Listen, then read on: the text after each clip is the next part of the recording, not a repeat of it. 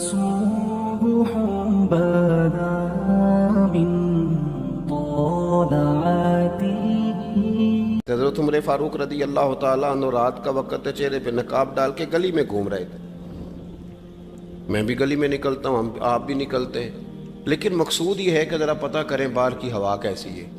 مقصود یہ ہے کہ پتہ کریں کہ آج برگر کس دکان کا اچھا ہے، معلومات کریں کہ محلے کی سیاست کس رخ جا رہی ہے۔ وہ بھی نکلتے تھے، لیکن مقصود یہ نہیں تھا، مقصد سمجھ گئے تھے نا، وہ اس لیے نکلتے تھے کہ پتہ کروں کوئی دکھی تو نہیں، کوئی تکلیف میں تو نہیں، کوئی آزمائش میں تو نہیں۔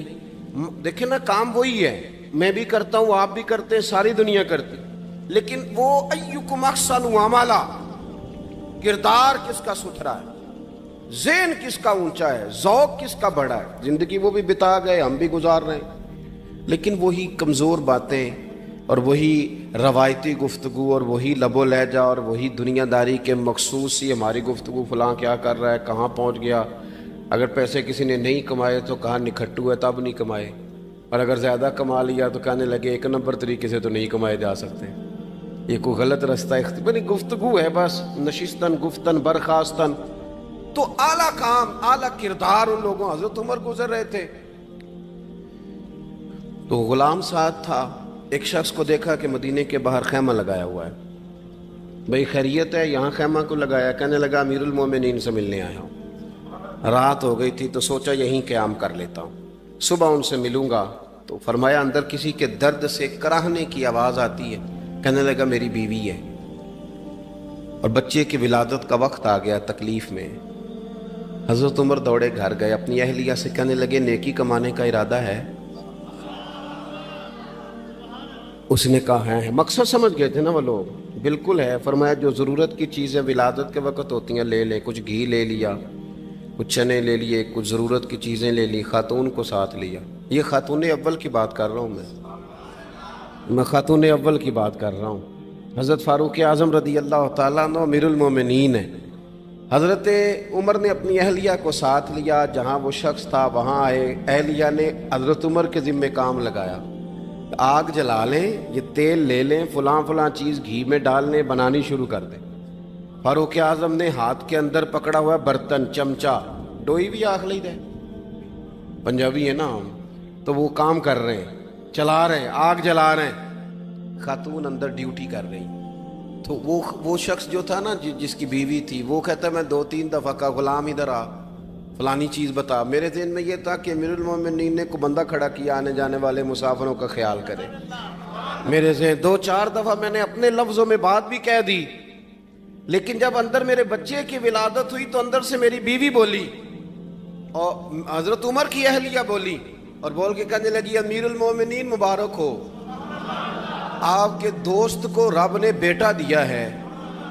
وہ شخص کہتا ہے میں باہر کھڑا تھا، وجود تڑپ گیا، آنکھیں برس پڑی، کبھی نہیں رویا تھا پر کیفیت عجیب بن گئی، کوئی تقریر نہیں سنائی، کوئی اعلیٰ شعر نہیں انہوں نے پڑھا، میں نے جوں لے کر ان کے سر سے پاؤں تک دیکھا، میں نے کہا یہ وہی شخص ہے جس کا نام لے تو کیسر و کسرا کانپ جاتے ہیں، یہ وہی شخص ہے۔ میں نے جمعے میں کہا تھا کہ روب کپڑوں کا نہیں ہوتا، روب تو دیانتداری کا ہوتا ہے۔ ہاں، بڑا مال کما کے لوگوں نے بنائی ہوتی ہے کار کوٹھی، تو بندے کھڑے ہو کے کہہ دیتے ہیں 2 نمبر طریقے سے آیا ہے، اور 13ویں-14ویں گریڈ کا ملازم ہو تو اس کے سامنے بہت بڑا افسر ڈر رہا ہوتا ہے، یار بندہ دیانتدار ہے، یہ رشوت نہیں لیتا، سفارش نہیں مانتا، یہ میرٹ پہ کام کرتا ہے۔ تو روب تو آپ کی دیانتداری کا ہے، آپ کی سچائی کا ہے۔ اپنی زندگی میں جو لوگ مقصد سمجھ گئے، مقاصد پا گئے، کچھ کر گئے، ہم ذرا الجھ گئے ہیں۔ پہلے اتنا شاندار مکان بناتے ہیں، پھر مرنے کو کس کا دل چاہے، اتنی محنت کر کے جو ہے وہ کوٹھی بنائی ہے تو اب چھوڑ کے کون جائے۔ وہ تیار بیٹھے تھے، انہیں نبی کریم نے کہا تھا کن فی الدنیا کانک غریب نو عابر السبیل، تم نے مسافروں کی طرح رہنا ہے۔ او میرے بھائی، کبھی دیکھا ہے ایئرپورٹ پہ مسافر لڑتا ہو کہ میں نے یہ جگہ خریدنی ہے؟ اسے پتہ ہے کہ ابھی فلائٹ آنی ہے، میں نے تو چلے جانا ہے۔ ریلوے اسٹیشن پہ جو جگہ ہوتی ہے وہ خریدنے کے لیے لوگ رٹا نہیں ڈالتے، انہیں پتہ ہے پہلی ٹرین سے چلے جانا ہے،